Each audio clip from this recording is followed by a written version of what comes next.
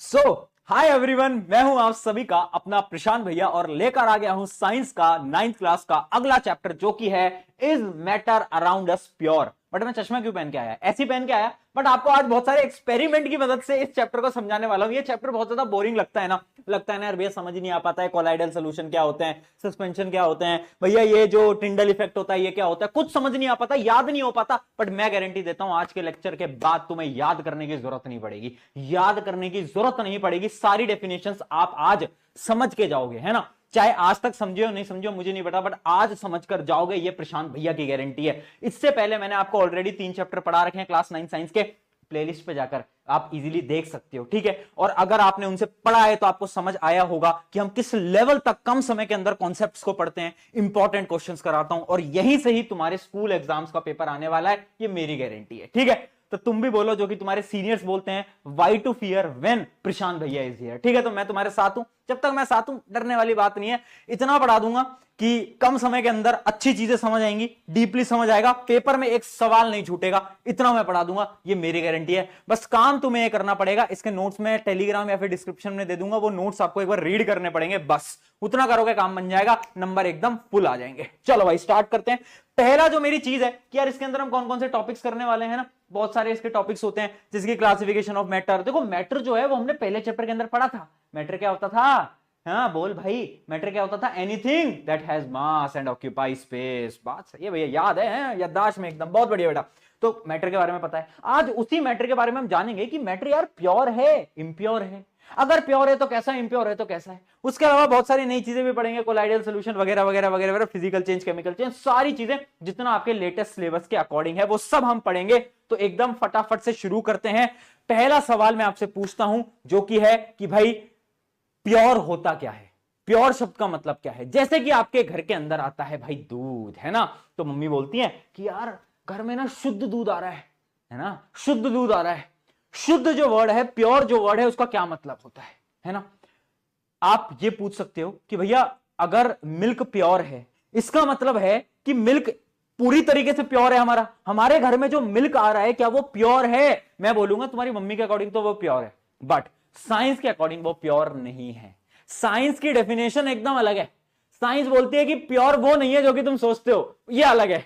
कैसे अलग है समझाऊंगा, टेंशन मत लो, टेंशन मत लो। बट समझाने से पहले अपनी एनर्जी लेवल, अपना जोश लेवल एकदम हाई रखना। और जोश मीटर अपना कमेंट भी कर दो कि कितनी एनर्जी, 100 में से जोश मीटर कितना है, फटाफट से अभी कमेंट करके चैट में मुझे बता भी दो, क्योंकि एनर्जी बहुत जरूरी है बेटा। एनर्जी हाई रहेगी, लेक्चर में मजा आएगा। चलो देखो, एक टेबल मैं आपको दिखाता हूं और इसी टेबल को डिटेल में आज हम इस चैप्टर के अंदर पढ़ने वाले हैं। टेबल क्या है? अगर आप देखोगे तो मैटर बेसिकली 2 टाइप के होते हैं। सबसे पहले आता है हमारा प्योर, एक होता है प्योर और एक होता है क्या? इम्प्योर। एक होता है प्योर, एक होता है इम्प्योर। प्योर क्या होता है डिटेल में पढ़ेंगे, बट प्योर के भी 2 टाइप होते हैं, एलिमेंट, कंपाउंड। एलिमेंट के 3 टाइप होते हैं, मेटल, नॉन मेटल, मेटल, सब डिटेल में पढ़ेंगे बेटा, टेंशन मत लो। और ये जो इम्प्योर सब्सटेंस होते हैं ना, इनको हम बोलते हैं मिक्सचर। मिक्सचर 2 चीजों को मिक्स कर देंगे, है ना। ये 2 टाइप के होते हैं, होमोजीनस और हेट्रोजीनस। डिटेल में पढ़ेंगे, टेंशन की कोई बात नहीं है। चलो किससे शुरुआत करें, क्या बोलते हो? प्योर सब्सटेंस से शुरुआत करें, प्योर सब्सटेंस से शुरुआत करें। केमिस्ट्री की डेफिनेशन में, साइंस की डेफिनेशन में भैया प्योर क्या होता है यार? भैया ये बता दो। हमारा आपने बोल दिया दूध प्योर नहीं है यार, मम्मी को बुरा लग गया, तब क्या? मम्मी तो सोचती थी कि दूध एकदम शुद्ध है। नहीं नहीं बेटा, शुद्ध नहीं है। प्योर की डेफिनेशन देखो, प्योर है, pure substance are defined as the substance that are made up of only 1 type of atom और 1 टाइप ऑफ मॉलिक्यूल। जो कि एक टाइप की चीजों से बनते हैं, उनको हम बोलते हैं क्या? उनको हम बोलते हैं प्योर। दूध के अंदर तो बेटा बहुत सारी चीजें होती हैं, कैल्शियम, विटामिन, मतलब बहुत सारे मॉलिक्यूल्स होते हैं, है ना। तो इसका मतलब क्या है कि जो आपका जो दूध है वो प्योर नहीं है। नहीं है भैया, स्कैम हो गया, स्कैम। प्योर क्या है? प्योर वो चीज है जो कि एक टाइप की चीज से बना है, जैसे कि पानी। पानी प्योर है, क्यों? क्योंकि भाई पानी तो एक जैसा है ना। पानी को कभी भी तुम केमिकली लिखोगे तो पानी को लिखोगे तो H2O ही ना, है ना। कभी तुम्हारे घर में पानी H2SO4 तो नहीं आता ना, केमिकली तो यही आता है ना, H2O। अगर H2SO4 तुम्हारे घर में पानी आ रहा है बेटा, गड़बड़ है, तुम्हें एसिड पिलाई जा रही है, याद रखें। तो देखो आपको पता है पानी तो पानी रहता है, मतलब वो एक प्योर सब्सटेंस है। अब भैया हम कैसे पहचानेंगे यार क्या प्योर है क्या इम्प्योर है? थोड़ा कुछ बता तो दो, कुछ डेफिनेशन तो दो, कुछ कैरेक्टरिस्टिक्स तो दो, कैसे पहचाने? मैं तुम्हें बोलता हूं कैरेक्टरिस्टिक्स याद करने का एक सिंपल सा तरीका है जो कि है CID।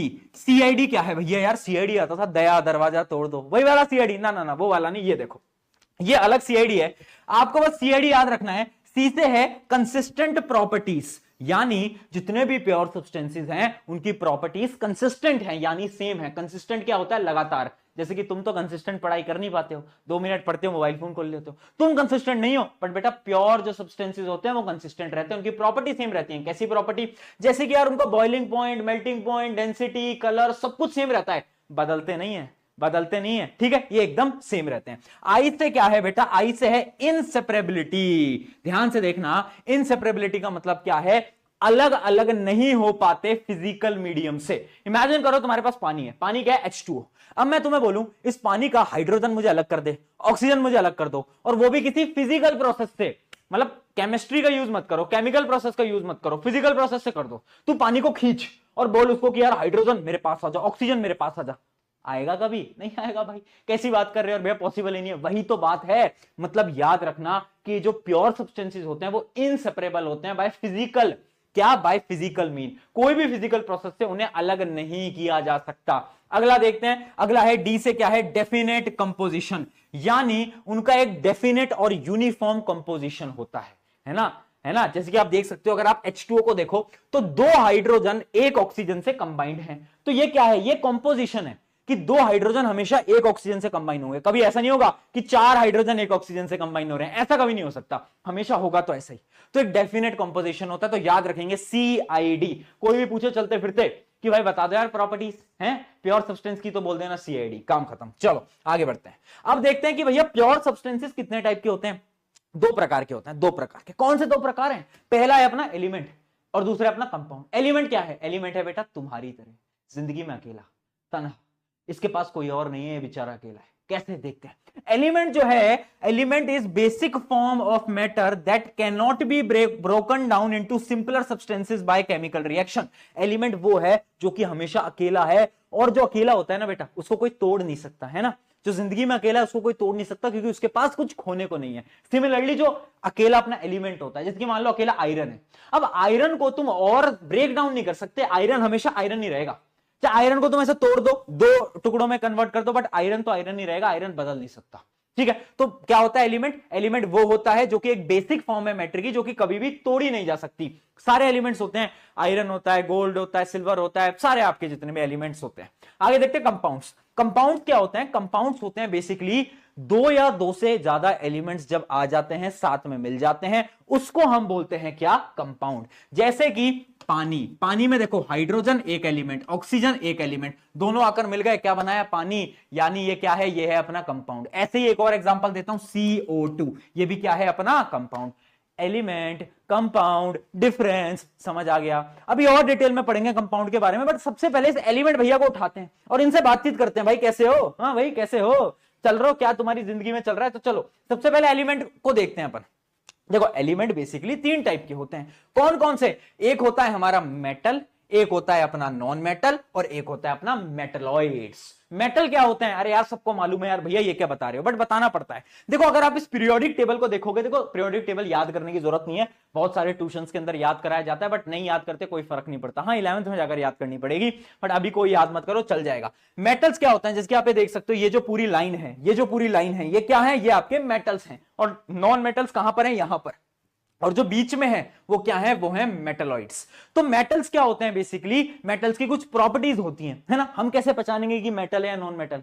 अगर मान लो मैं तुम्हें कुछ दे दूं और मैं तुमसे बोलूं कि बताओ ये मेटल है या नॉन मेटल, तो तुम कैसे पहचानोगे? तो चलो कुछ प्रॉपर्टीज को डिस्कस करते हैं। सबसे पहले मेटल की प्रॉपर्टी देखते हैं। पहली प्रॉपर्टी, मेटल इज लस्ट्रस, यानी शाइनी। देखा है ना, आयरन, आयरन क्या होता है? चमकता है, थोड़ा बहुत तो चमकता है। सिल्वर चमकता है, गोल्ड चमकता है, क्या ये सब मेटल हैं? मेटल तो मेटल शाइनी होता है मेजरली, ठीक है। उसके अलावा metal conduct heat and electricity. आपकी जो वायर होती है ना बेटा, शॉक लगा, वो पता है किसकी बनी होती है? कॉपर की। कॉपर क्या है? कॉपर है एक मेटल। बहुत बढ़िया। तो क्या होता है? हीट एंड इलेक्ट्रिसिटी को कंडक्ट करता है। उसके अलावा मेटल है सिल्वर ग्रे या फिर गोल्ड येलो कलर, यानी या तो सिल्वर ग्रे कलर का होता है जैसे कि आपका आयरन, या फिर उसका जो कलर होता है वो कैसा होता है? आपका येलो कलर होता है, येलो गोल्डन, मतलब गोल्ड टाइप का कलर, ठीक है। चलो अब देखो 3 और मोस्ट इंपॉर्टेंट प्रॉपर्टीज हैं। ये 3 प्रॉपर्टीज बहुत इंपॉर्टेंट है, स्टार मार्क कर लो, यहां से सवाल पक्का आता है। पहली प्रॉपर्टी है मैलिएबिलिटी, दूसरी है डक्टिलिटी, और तीसरी है हमारी सोनोरस। सोनोरस है ना। तीन मेन प्रॉपर्टीज हैं हमारी मेटल की, जिसको मैं बोलता हूं एसडीएम। एसडीएम नहीं होता, सब डिस्ट्रिक्ट मजिस्ट्रेट होते हैं ना, जो कि आपके डिस्ट्रिक्ट के एक सब मजिस्ट्रेट होते हैं, वैसे एसडीएम। एसडीएम से याद कर सकते हैं तीन मेजर प्रॉपर्टीज। पहली क्या है, एच से है सोनोरस। सोनोरस का क्या मतलब होता है, तुम्हारे स्कूल में वो पुराने जमाने वाली बेल लगी हुई है, हमारे में तो थी जब मैं स्कूल जाता था, वो आते थे एक भैया और वो टन टन टन टन टन टन करते थे, है ना। तो मेटल को जब मारा जाता है तो मेटल एक आवाज देता है, एक साउंड देता है। नॉन मेटल नहीं देता। नॉन मेटल क्या होता है, नॉन मेटल होता है, इमेजिन करो कार्बन, कार्बन को मारोगे तो कार्बन टूट जाएगा, है ना। सिर्फ मेटल देता है। तो यानी मेटल ऑलवेज प्रोड्यूसेस अ रिंगिंग साउंड, जब भी मारते हैं तो रिंगिंग साउंड बनाता है, उसको हम बोलते हैं सोनोरस। ठीक है, अगला देखते हैं। अगला है हमारा डी से डक्टिलिटी। डक्टिलिटी क्या होता है, it is the property of a metal to get converted into wire. मतलब एक मेटल को लो और उसको एक पतली वायर के अंदर कन्वर्ट कर दो, उसको हम बोलते हैं क्या, उसको हम बोलते हैं क्या, डक्टिलिटी। लास्ट प्रॉपर्टी आ जाती है हमारी मेलेबिलिटी। मेलेबिलिटी क्या होती है, एक मैंने मेटल को लिया, मैं लाया हथौड़ा, ठीक है, थॉर वाला हथौड़ा, और ले मैंने मारा जोर जोर से, जोर जोर से, और मैंने उसको पतली थिन शीट्स के अंदर कन्वर्ट कर दिया। अगर मैंने कर दिया तो क्या होगा, उसकी प्रॉपर्टी बन जाएगी क्या, मेलेबिलिटी। मेलेबिलिटी का क्या मतलब होता है, we can hammer metals and form it into thin sheets, यानी property of metal to get converted into thin sheets. तो याद रखेंगे SDM are the three major properties of metal. और ये सिर्फ मेटल के पास है, नॉन मेटल को नहीं देता है प्रॉपर्टी, ना ना ना ना ना, नॉन मेटल नहीं है। नॉन मेटल के पास इन तीनों में से कोई भी प्रॉपर्टी नहीं होती, कोई प्रॉपर्टी नहीं होती। चलो नॉन मेटल के बारे में बात कर लेते हैं। Non metal they display variety of colours, बहुत अलग अलग कलर के होते हैं नॉन मेटल। उसके अलावा दे आर पुअर कंडक्टर, एक तो कंडक्ट नहीं करते इलेक्ट्रिसिटी को, हीट को, किसी को कंडक्ट नहीं करते भैया। उसके अलावा क्या है, they are not lustrous, sonorous, malleable. तीनों में सब कुछ भी नहीं है भैया। एग्जाम्पल क्या है, कार्बन है, ऑक्सीजन है, नाइट्रोजन है, ये सब क्या है, जो गैस आप देख रहे हो ये सब क्या है, ये सब है आपके नॉन मेटल्स। ठीक है, अब लास्ट आ जाता है मेटोलॉइड। मेटोलॉइड कुछ नहीं है, देख ये मेटल, ये नॉन मेटल, बीच में बेचारा मेटोलॉइड फंस गया। तो मेटोलॉइड को एक हाथ से मेटल खींच रहा है, एक से नॉन मेटल, तो कभी वो मेटल की प्रॉपर्टी दिखा रहा है, कभी नॉन मेटल की दिखा रहा है, कभी मेटल की, कभी नॉन मेटल की। ये डांस क्यों कर रहा हूं मैं ठीक है, तो मेटलॉइड क्या होता है, element that having intermediate properties between those of metal and non metal are called metalloid. ठीक है, यहां तक क्लियर है। चलिए आगे बढ़ते हैं। एग्जाम्पल क्या है, एग्जाम्पल है बोरोन, सिलिकॉन, जर्मेनियम, ये इसका एग्जाम्पल है, एग्जाम्पल याद रखना बेटा। चलिए आगे बढ़ते हैं। अब आ जाता है कंपाउंड।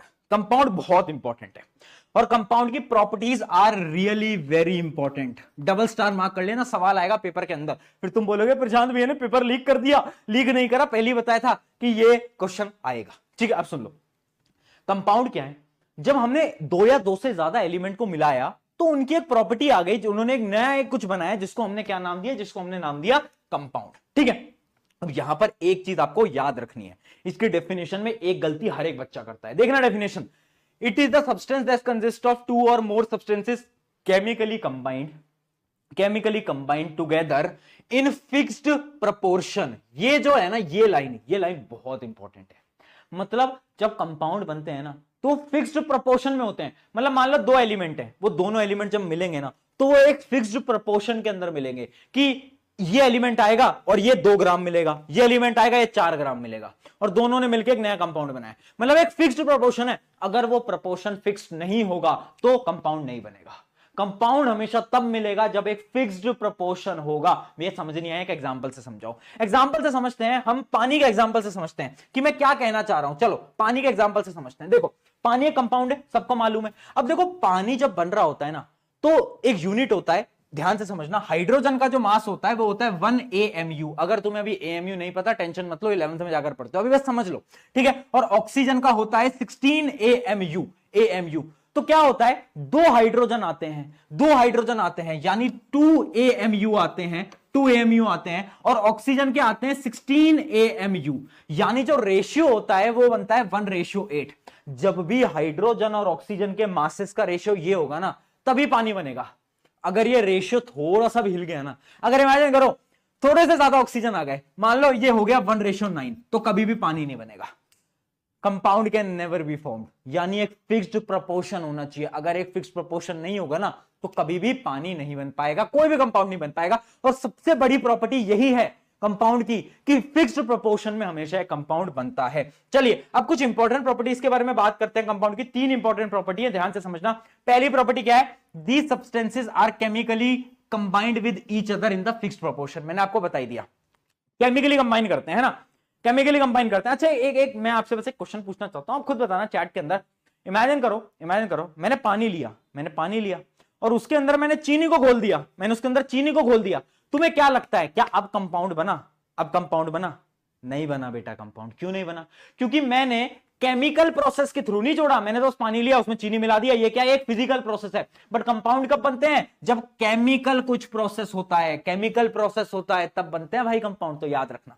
ठीक है, अब देखना दूसरी प्रॉपर्टी क्या है। दूसरी प्रॉपर्टी है the properties of compound are different from the its constituent. मतलब समझाता हूं, देखो बड़ी एक इंटरेस्टिंग चीज बताने जा रहा हूं, आपका दिमाग ऐसे टक टक टक कर देगा, मजा आ जाएगा जीवन में। देखो हाइड्रोजन जो है, हाइड्रोजन की प्रॉपर्टी क्या है? हाइड्रोजन ना बहुत ज्यादा फ्लेमेबल गैस है। मतलब हाइड्रोजन ना अगर नेचर में जाएगी ना तो हाइड्रोजन बहुत जल्दी फट जाती है, आग लग जाती है ना। और ऑक्सीजन क्या करती है? ऑक्सीजन गैस कैसी है? ऑक्सीजन जो गैस है ना, अगर ऑक्सीजन आई तो आग बल्कि ज्यादा बढ़ेगी, है ना। ऑक्सीजन से क्या बढ़ती है? आग ज्यादा बढ़ती है ना। बट देखो कि कैसा खेल है इस पूरी प्रकृति का, कि जब ये दोनों मिल जाते हैं और जब पानी को मिला लेते हैं तो पानी का काम क्या होता है? पानी आग बुझाया करती है। तो मतलब ये दोनों कहते हैं शैतान आदमी, बट दोनों जब मिल गए तो अच्छे आदमी बन गए।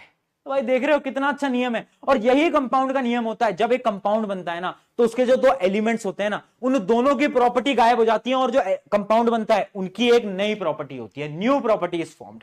और लास्ट देखते हैं, the component of the compound can only be separated by chemical processes। यानी अगर मुझे अब H2O में से हाइड्रोजन और ऑक्सीजन को अलग करना है तो मैं फिजिकल प्रोसेस से नहीं कर सकता, मुझे कोई केमिकल प्रोसेस लगाना पड़ेगा। जैसे एक प्रोसेस होता है इलेक्ट्रोलाइसिस, 10th में जाकर पढ़ोगे, अभी मत पढ़ो, ठीक है। समझ गए? 3 पॉइंट याद रखेंगे, ये तीनों पॉइंट बहुत ज्यादा इंपॉर्टेंट है। यही 3 प्रॉपर्टीज हैं कंपाउंड की याद रखेंगे। चलो आगे बढ़ जाते हैं फटाफट से, ये आपको मैंने बता दिया है। अब आपके मन में एक सवाल, और ये सवाल मेरा आपसे है, classify the following into element, compound and mixture. जल्दी से करें। सोडियम क्या है? सोडियम एक प्रकार का मेटल है, तो ये क्या है बेटा? ये है एलिमेंट। इस पे लगा दूं ई, ये है एलिमेंट, ठीक है बेटा। फिर है सॉइल क्या होता है? सॉइल कोई कंपाउंड है, कोई मिक्सचर है?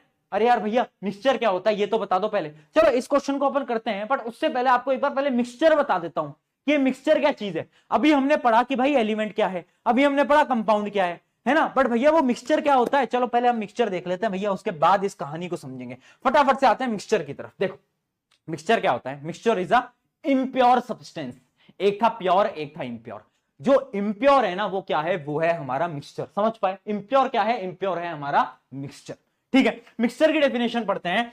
If 2 or more substances or element compounds are mixed together in any proportion, किसी भी प्रोपोर्शन में अगर हमने मिक्स करा और उसमें कोई केमिकल चेंज नहीं हुआ, सिर्फ फिजिकल चेंज हुआ, तो उसको हम बोलते हैं क्या? मिक्सचर। क्या? मिक्सचर। यानी मैंने पानी लिया, चीनी ली या फिर नमक लिया, मिला दिया, क्या बन गया? मिक्सचर बन गया। मिक्सचर, नमक लिया मिला दिया, पानी के अंदर मैंने मिट्टी मिला दी, क्या बन गया? मिक्सचर।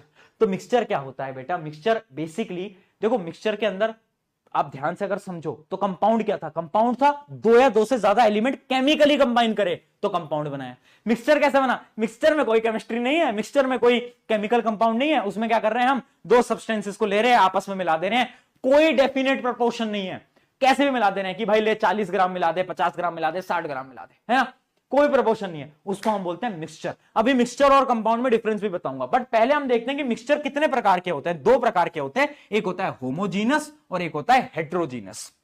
भैया होमो क्या है, हेट्रो क्या है? देखो होमो शब्द से ही तुझे समझ आ रहा होगा कि इसमें एक जैसे पार्टिकल्स होंगे, और हेट्रो में तुझे समझ आ रहा होगा कि इसमें अलग अलग पार्टिकल होंगे। पहले डेफिनेशन पढ़ते हैं, फिर एक छोटा सा एक्सपेरिमेंट भी कर लेंगे। आओ यार देखते हैं। देखो सबसे पहले आप समझना, बहुत ज्यादा इंपॉर्टेंट चीज है कि देखो होमोजीनस क्या होता है? Components are uniformly mixed with no visible boundaries. मतलब जब मैंने चीनी को पानी में मिलाया तो पूरी मिल जाती है ना। फिर क्या तुम देख सकते हो कि पानी के अंदर चीनी कहां है? नहीं देख सकते ना भाई, नहीं देख सकते। तो वो मिक्सचर जिसके अंदर पूरी तरीके से इवनली मिक्सिंग हो जाती है, इवन मिक्सिंग, है ना, उसको हम क्या बोलते हैं, उसको हम बोलते हैं होमोजीनियस। हेट्रोजीनियस क्या होता है, compound are not uniformly mixed. अगर मैं मिट्टी लूं, पानी में मिलाऊं, तो मिट्टी मिलेगी पानी में, नहीं मिलेगी, नहीं मिलेगी, है ना, यूनिफॉर्मली नहीं मिलेगी। उसको हम क्या बोलेंगे, उसको हम बोलेंगे हेट्रोजीनियस मिक्सचर। चलो एक बार हम ट्राई करते हैं, एक बार ट्राई करके देखते हैं, लाया जाए, फटाफट से लाया जाए, एक मिनट जल्दी से चीनी को लाया जाए। ये रही भाई मेरे हाथ में चीनी, ये रही मेरे हाथ में कांच का ग्लास। अब ये कांच का वो वाला ग्लास नहीं है बेटा जो तुम सोच रहे हो, ये देखो चीनी है, ये चीनी है, और इसको अब मैं मिलाने जा रहा हूं। दिख रही है ना बेटा चीनी व्हाइट कलर की, हाँ बहुत बढ़िया, चीनी को मैंने मिला दिया। अब ये चीनी तो बहुत ज्यादा हो गई है, बट ये मिलेगी, जब ये पूरी की पूरी चीनी इसके अंदर मिल जाएगी तो क्या होगा। अभी तो ये चीनी मैंने थोड़ी ज्यादा ही डाल दी है, तो मुझे ऐसा लग रहा है कि ये तो जमी जाएगी नीचे, बट ठीक है। तो मतलब आप समझ रहे हो कि ये चीनी जब मैं मिलाऊंगा, पूरी तरीके से घुमाऊंगा, तो क्या होगा कि ये पूरी तरीके से इसके अंदर क्या करेगी, मिल जाएगी। और जब ये पूरी तरीके से इसके अंदर मिल जाएगी, तो क्या मैं अलग अलग कर सकता हूं कि चीनी कहां है, पानी कहां है, नहीं कर सकता। समझ पाए मेरी बात को, समझ पाए कि होमोजीनस मिक्सचर क्या है, जिसमें कि हमने अलग अलग चीजों को हम सेपरेट नहीं कर सकते, हम मिक्स कर देते हैं, इवनली मिक्स हो जाता है। एक तो चीनी लेकर आया हूं मैं यार मम्मी से मांग के लाया हूं, बच्चों को एक एक्सपेरिमेंट कराना है, मम्मी यार वो चीनी दे दो, है ना। एक तो यार मुझे एक बात बताओ, ये तुम्हारे साथ भी होता है क्या, ये मम्मी के पास होती है एक सुपर पावर। आज मुझे शर्ट पहननी थी, है ना, वीडियो के लिए, तो मैंने बोला कि मैं गया ढूंढ रहा, शर्ट नहीं मिल रही। फिर मैंने बोला, मम्मी को आवाज लगी, मम्मी मेरी शर्ट कहाँ है, शर्ट नहीं मिल रही। मम्मी ने बोला वही तो है। अरे वही कहाँ, देख तो रहा हूं इतनी देर से। और उसके बाद मम्मियां देती है धमकी कि अगर मैं आ गई और मुझे मिल गई तो। अब यार धमकी देने डर जाते हैं अपन, फिर देखते हैं, फिर तुम गुस्सा करते हो, नहीं है कहीं पर भी देख ली सारी जगह, आप पता नहीं मेरे सामान को कहां रख देते हो।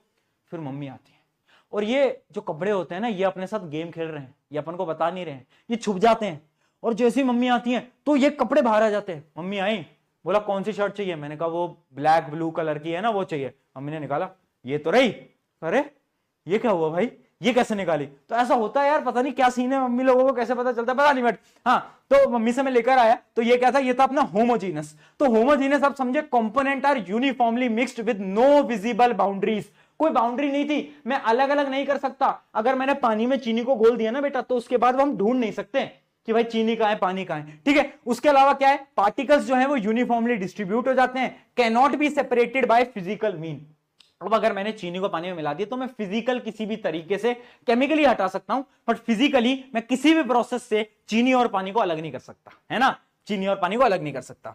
आगे क्या है, the ratio of the composition can very. मैं कितना भी चीनी डाल दूं, मैं कितना भी नमक डाल दूं, फर्क नहीं पड़ता, है ना, कोई फिक्स्ड प्रोपोर्शन नहीं है। अब बात करते हैं हमारे हेट्रोजीनस मिक्सचर के बारे में। हेट्रोजीनस मिक्सचर क्या है, जैसे कि आप अगर मिट्टी को डालो पानी के अंदर, तो वो क्या बन जाता है बेटा, वो बन जाता है एक टाइप का हेट्रोजीनस मिक्सचर। इसको भी मैं आपको 1 मिनट जरा करके दिखाता हूं, 1 मिनट देना, इसको भी मैं आपको करके दिखाता हूं। अब देखो, जैसे कि ये वही ग्लास है जिसके अंदर चीनी मिल चुकी है, ठीक है। अब आप देख सकते हो इसके अंदर चीनी तो नहीं है, बट ये क्या लेकर आया हूं मैं, मिट्टी लेकर आया हूं बेटा, देख रहे हो, सैंड लेकर आ गया हूं मैं तुम्हारे लिए, देखो सैंड वैंड लेकर आ रहा हूं मैं।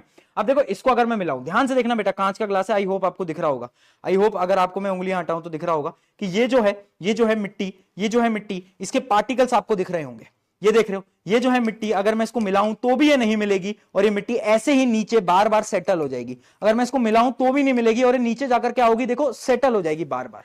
तो इस एक्सपेरिमेंट से मैंने आपको क्या बताना चाहा कि ये था अपना हेट्रोजीनस मिक्सचर। देखो हेट्रोजीनस मिक्सचर के अंदर क्या होता है, compounds are not uniformly mixed नहीं होते। और क्या होता है इसके अंदर, क्या होता है ना, हम सेपरेट कर सकते हैं, हम देख सकते हैं कि पानी ये रहा, मिट्टी ये रही, पानी ये रहा, मिट्टी ये रही, ठीक है। उसके अलावा क्या है, can be separated by physical mean. अगर मैं फिल्टर कर लूं, अगर मैं पानी को फिल्टर पेपर से निकालूं, तो मिट्टी अलग रह जाएगी और पानी आ जाएगा। तो मतलब फिजिकल मीन से साफ किया जा सकता है पानी को, है ना। तो मतलब हेट्रोजीनस मिक्सचर्स को फिजिकल मीन से क्लीन किया जा सकता है, सेपरेट किया जा सकता है, ठीक है। तो ये इसके कुछ एग्जांपल थे। आई होप आपको हेट्रोजीनस होमोजीनस मिक्सचर के बारे में समझ आ गया होगा। मिक्सचर क्या होता है वो क्लियर हो गया, एलिमेंट कंपाउंड मिक्सचर। अब मैं सबसे पहले तो आपको एक चीज दिखाना चाहता हूं कि what is the difference between mixture and compound. Compound और मिक्सचर के बीच में क्या डिफरेंस है, क्योंकि यह बहुत बड़ा सवाल है। क्योंकि देखो एलिमेंट्स को मैंने मिलाया, कंपाउंड बना, मैंने दो चीजों को मिलाया, मिक्सचर बना। डिफरेंस क्या है, डिफरेंस है प्रॉपर्टीज में। ध्यान से समझना, ध्यान समझना। पहले ही प्रॉपर्टी क्या है, formed by physical mixing two और मोर सब्सटेंस। मिक्सचर कैसे मिल रहा है, फिजिकली मिला ले रहा हूं, बट कंपाउंड कैसे बन रहा है, केमिकली बाउंड होता है। कंपाउंड कैसे बन रहा है, केमिकली कंबाइन हो रहा है, ठीक है। अगला क्या है, ये है, ये एक प्रकार का इम्प्योर सब्सटेंस होता है, ये एक प्रकार का प्योर सब्सटेंस होता है। इसमें जो कॉम्पोजिशन होता है मिक्सचर में वो क्या होता है, वेरिएबल होता है, अलग अलग होता है। किसी भी, कितनी मिट्टी मिला लूं, कितनी चीनी मिला लूं, फर्क नहीं पड़ता, बट यहां पर फर्क पड़ता है। ठीक है, जब एक कंपाउंड बन रहा है तो फिक्स्ड प्रोपोर्शन में बनता है। अगला क्या है, इट कैन बी होमोजीनस और हेट्रोजीनस, बट कंपाउंड्स हमेशा क्या होंगे, होमोजीनस। याद रखना, compounds will always be homogeneous. जैसे कि पानी, पानी होमोजीनस है। आगे देखते हैं, can be separated by physical mean, ये भी अपने जो है मिक्सचर्स फिजिकल मीन से सेपरेट कर सकते हैं, अभी बताया, बट ये नहीं हो सकते। Compounds can never be separated, याद रखना। अगला देखते हैं, constituents retain their individual properties, यानी देखो अगर मैं चीनी को पानी में मिलाऊं तो चीनी की प्रॉपर्टी नहीं जाएगी। चीनी की प्रॉपर्टी क्या है, मीठा करना, पानी को वो मीठा कर देगी, तो मतलब प्रॉपर्टी में कोई बदलाव नहीं आया। बट जब मैंने हाइड्रोजन ऑक्सीजन को मिलाकर पानी मिलाया, पानी जब मैंने बनाया था तो हाइड्रोजन और ऑक्सीजन की दोनों की प्रॉपर्टी बदल गई थी, है ना, है ना, और पानी की एक डिफरेंट प्रॉपर्टी है। तो यानी प्रॉपर्टीज जो होती हैं कंपाउंड में बदल जाती हैं, बट जब हम एक मिक्सचर बनाते हैं तब कोई प्रॉपर्टी नहीं बदलती। ठीक है, तब कोई प्रॉपर्टी नहीं बदलती, है ना। Do not have defined melting and boiling point, इनका जो बॉइलिंग पॉइंट मेल्टिंग पॉइंट होता है वो एकदम फिक्स्ड होता है। ठीक है, और अगला क्या है, no new substance are formed, properties depend on the constituent. ये सारी चीजें मैं आपको बता चुका हूं कि कॉन्स्टिट्यूएंट्स की प्रॉपर्टी सेम रहती हैं, बट यहां पर अलग हो जाती हैं। ठीक है, तो ये जो टेबल है ना, ये तुम्हारे पेपर के अंदर आएगी, फटाफट से इस टेबल को आप नोट भी कर सकते हो, क्योंकि ये बहुत ज्यादा इंपॉर्टेंट टेबल है आप लोगों के लिए, सबके लिए बहुत ज्यादा इंपॉर्टेंट है। आगे बढ़ते हैं, आगे बढ़ते हैं। ये हो गया हमारा मिक्सचर और कंपाउंड। अब मैं आपको वही टेबल दिखाना चाहता हूं। अब मुझे बताओ कि कौन से हैं मिक्सचर, कौन से हैं एलिमेंट और कौन से कंपाउंड। फटाफट से मुझे बताओ कौन कौन से हैं इनमें से। देखो सबसे पहले मैं बता देता हूं, सोडियम है एलिमेंट, क्यों, क्योंकि सोडियम एक मेटल है। बहुत बढ़िया। अगला है सॉइल। सॉइल क्या है, मिट्टी क्या है, अरे मिक्सचर है भाई, मिट्टी में बहुत सारी चीजें होती हैं, ये है मिक्सचर। शुगर सोल्यूशन, अभी मैंने दिखाया क्या होता है, ये भी तो मिक्सचर होता है। कौन सा होता है, होमोजीनियस मिक्सचर। सिल्वर क्या है, एक प्रकार का मेटल है। मेटल क्या होता है, element. Calcium carbonate, calcium carbonate होता है CaCO3, ये एक टाइप का कंपाउंड है, केमिकली बाउंड होते हैं, तो ये क्या होता है, ये है अपना कंपाउंड यानी C। आगे बढ़ते हैं, टिन। टिन क्या है, एक प्रकार का मेटल, तो इसका भी आप लिख सकते हो, ये भी है एक एलिमेंट। सिलिकॉन, सिलिकॉन क्या है बेटा, सिलिकॉन एक प्रकार का मेटलॉइड है, तो ये भी है एलिमेंट। कोल क्या होता है, कोल होता है मिक्सचर। कोल के अंदर बहुत सारी चीजें होती हैं, कार्बन वगैरह बहुत सारी चीजें होती हैं। कोल एक मिक्सचर है। एयर भी एक मिक्सचर है, सोप भी एक मिक्सचर है। मिथेन क्या है, मिथेन है एक प्रकार का क्या, अरे बोलो यार, मिथेन है compound. Carbon dioxide compound. Blood क्या है, मिक्सचर। ब्लड में बहुत सारी चीजें होती हैं, blood is a type of mixture. ठीक है, आगे समझ, एलिमेंट, एलिमेंट, कंपाउंड, मिक्सचर। अगर ऐसे सवाल आए तो क्या बता दोगे, बता दोगे ना, है ना, बता दोगे भाई, बहुत बढ़िया, क्या बात है भाई। ऐसे ही आते हैं और सिंपल सिंपल सवाल आते हैं, तुम आराम से दे पाओगे, मजा भी आ रहा है। अब तुम बताओ, फील आ रही है, मजा आ रहा है, समझ में आ रहा है, और उसके साथ साथ क्या तुम्हें समझ आ रहा है और डीपली अंडरस्टैंड कर पा रहे हो, तब है कुछ बात। चलिए अब आगे बढ़ते हैं। एक सवाल आता है और ये सवाल बार बार क्वेश्चन पेपर के अंदर आया, बहुत स्कूल्स के अंदर। आर अलॉय मिक्सचर और कंपाउंड। अलॉय क्या होते हैं भैया, हमें तो यही नहीं पता। अरे मैं बता देता हूं, तेरे घर में वो क्या होते हैं, वो तांबे के बर्तन है, ब्रास के बर्तन है, ब्रास के घरों में, कुछ कुछ घरों में होते हैं, है ना। तो ब्रास क्या है, ब्रास एक टाइप का अलॉय है। अलॉय क्या होता है, अलॉय होता है जब हम दो मेटल्स को या फिर नॉन मेटल्स को मिला देते हैं और हम एक नया कुछ बना लेते हैं, नया कुछ चीज बना देते हैं, उसको हम बोलते हैं अलॉय। अलॉय उसको हम बोलते हैं। अब सवाल ये आता है यार, अलॉय भैया क्या होगा, मिक्सचर है कंपाउंड है, क्योंकि इसके अंदर दो मेटल्स मिल रहे हैं, दो एलिमेंट्स मिल रहे हैं। जब भी दो एलिमेंट्स मिलते हैं तो आपने बोला था भैया कंपाउंड बनता है, बट यहां पर कंपाउंड नहीं बनता, यहां पर मिक्सचर बोलते हैं हम अलॉय को। पता है क्यों अलॉय को मिक्सचर क्यों बोलते हैं, क्वेश्चन बार बार पूछा गया है, मैं आपको बता देता हूं। क्योंकि देखो इसके कुछ एक दो रीजन है। सबसे पहला रीजन आप समझना, क्योंकि they retain their properties of constituent elements. मान लो मैंने लिया कॉपर, मैंने लिया जिंक, मैंने दोनों को क्या मिला, मिक्स करा और मैंने एक नया अलॉय बनाया। अब जो अलॉय आएगा ना, उसमें कॉपर की प्रॉपर्टीज भी होंगी, जिंक की प्रॉपर्टीज भी होंगी, और जब कॉन्स्टिट्यूएंट एलिमेंट की प्रॉपर्टी होती है तब हम क्या बोलते हैं, तब है वो मिक्सचर।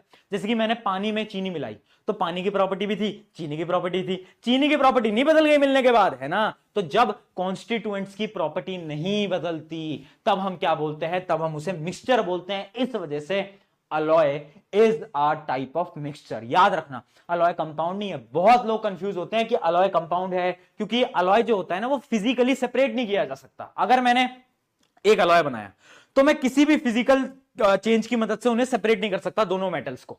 बट फिर भी अलॉय मिक्सचर है क्योंकि इसके अंदर कॉन्स्टिट्यूएंट्स की प्रॉपर्टीज सेम रहती हैं। और एक और रीजन है इसका बेटा, एक और रीजन है, इसमें कोई भी फिक्स्ड प्रोपोर्शन नहीं होता।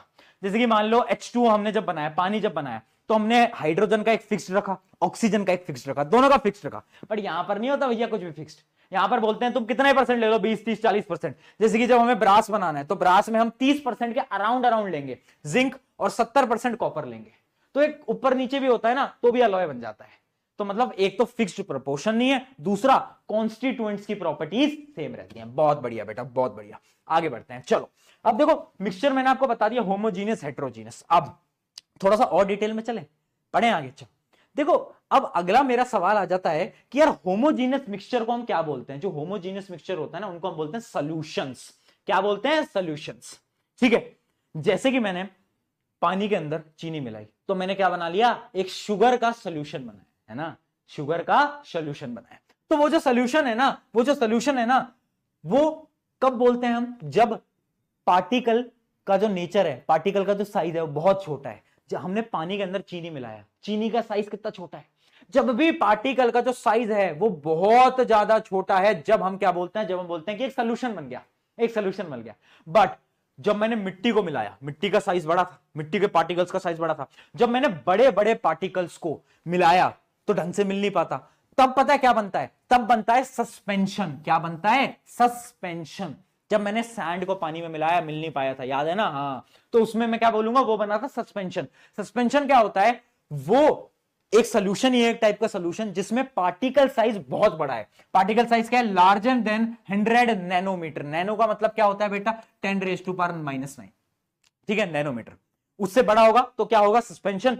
अगर अगर अगर पार्टिकल का साइज इन दोनों के बीच में है, बीच में मतलब 10⁻⁹ से 10⁻⁷ मीटर, अगर इन दोनों के बीच में है तो क्या बनाएगा? तो वो बनाता है कोलाइडल सोल्यूशन। एग्जांपल क्या है कोलाइडल सोल्यूशन का? एग्जांपल याद रखना। इमेजिन करो मैंने थोड़ा सा मिल्क लिया, दूध लिया, और उस दूध को पानी के अंदर मिला दिया, एक गिलास के पानी में। तो आपने देखा है पानी का कलर भी व्हाइट हो जाता है दूध की तरह। करके देखना आज, है ना? तो वो जो सोल्यूशन बनता है ना, क्योंकि देखो दूध जो होता है वो मिलता नहीं है पूरी तरीके से पानी में, है ना, अनइवनली मिलता है, अनइवनली मिलता है ना, पानी में पूरी तरीके से मिल नहीं जाता, थोड़ा थोड़ा थोड़ा मिलता है, व्हाइट कलर कर देता है पानी का। तो उसको हम क्या बोलते हैं? उसको हम बोलते हैं कोलाइडल सोल्यूशन। क्या बोलते हैं बेटा? Colloidal solution. तो याद रखना 3 प्रकार का होता है। सबसे पहला होता है सोल्यूशन। यह है एक प्रकार का होमोजीनियस मिक्सचर जिसके अंदर क्या होता है? पार्टिकल का साइज बहुत छोटा है, नन्ना मुन्ना, जैसे कि शुगर। एक होता है बहुत ज्यादा बड़ा पार्टिकल साइज, जैसे कि अपना सैंड, मिट्टी, ठीक है, उसको हम बोलते हैं सस्पेंशन। और एक होता है कोलाइडल सोल्यूशन जो कि इन दोनों के बीच का है, ठीक है, जैसे कि मिल्क। आ गया समझ में? तो ये तीनों की तीनों चीजें हैं। अब हमें पढ़ना है एक एक को डिटेल में। इन पे बहुत क्वेश्चन आते हैं, फिर बता रहा हूं, इन पे बहुत क्वेश्चन आते हैं, ठीक है? तो वो जो तुम अभी चैटिंग में लगे हुए हो बेटा, चैटिंग से थोड़ा बाहर आ जाओ, है ना? और नहीं बाहर आ पा रहे तो वो लाइन सुन लो कि दिल ने ये कहा है दिल से, दिल ने ये कहा है दिल से, तुम्हारा कट रहा है फिर से। चलो भाई, ये लाइन सुन के मोटिवेट होते रहा करो बार बार। चैटिंगों से बाहर निकलोगे तुम, वरना तुम चैट में लगे रहते हो, वो पूरे टाइम खाना खाया या नहीं खाया वो सब करते रहते हो तुम। चलो आओ सोल्यूशन को पढ़ते हैं फटाफट से। सोल्यूशन को देखते हैं। तो देखो सोल्यूशन के होते हैं 2 पार्ट्स, एक है सोल्यूट, एक है सॉल्वेंट। यानी पानी था और एक क्या था मेरे पास थी चीनी, शुगर। तो पानी क्या है? पानी है सॉल्वेंट।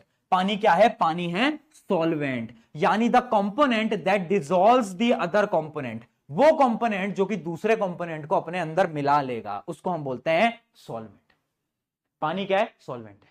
और चीनी क्या थी? जो कि बहुत कम मात्रा में थी और जो पानी के अंदर जाकर मिल गई, वो क्या है? उसको हम बोलते हैं सॉल्यूट। याद रखना क्या बोलते हैं? Solute. The component that is are dissolved in the solvent.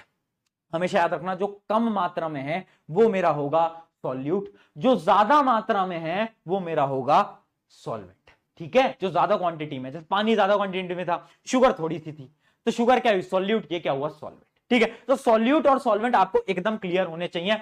अब मैं आपको बताता हूं कि ये दोनों मिलाकर क्या बनाते हैं? ये दोनों मिलाकर बनाते हैं सॉल्यूशन। यानी अगर मैंने 100 ग्राम पानी लिया, है ना, 100 ग्राम सॉल्वेंट लिया, 100 ग्राम पानी लिया, और मैंने शुगर ली थी 5 ग्राम, 5 ग्राम। तो अब मुझे बताओ जो मेरा ओवरऑल सॉल्यूशन है उसका वजन कितना हुआ? उसका वजन हुआ 100 + 5 यानी 105 ग्राम। समझ गए ना? सॉल्यूट और सॉल्वेंट मिलके बनाते हैं क्या? सॉल्यूशन। अब ये मैंने आपको इसलिए बताया क्योंकि अब हमें कुछ न्यूमेरिकल्स को करना है। अब हमें कुछ न्यूमेरिकल को करना है। पहले क्वेश्चन देखते हैं। Identify solute and solvent in 80% solution of ethyl alcohol. देख रहे हो, एल्कोहल भी बनाई है, एल्कोहल भी बनाई है तुम, और मेरे पे वो वाला ग्लास भी है ना। चलो चलो कंसंट्रेट बेटा, कंसंट्रेट। देखो, identify solute and solvent in 80% solution of ethyl alcohol with water.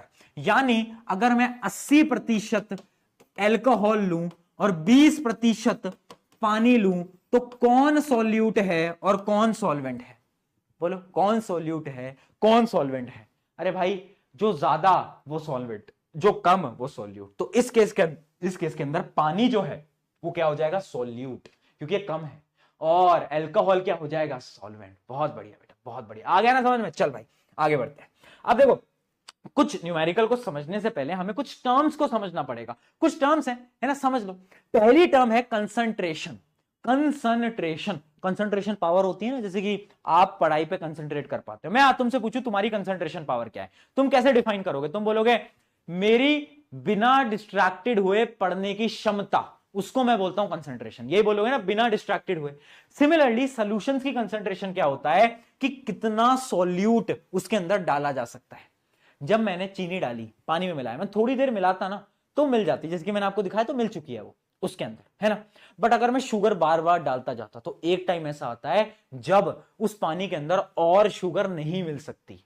यानी क्या है? वो है उसकी कंसंट्रेशन, वो है उसकी कंसंट्रेशन। कंसंट्रेशन उसके ऊपर शुगर को नहीं मिला सकता पानी। वो बोलता है बस मैं इतना ही शुगर को मिला सकता था, इसके आगे नहीं मिला सकता।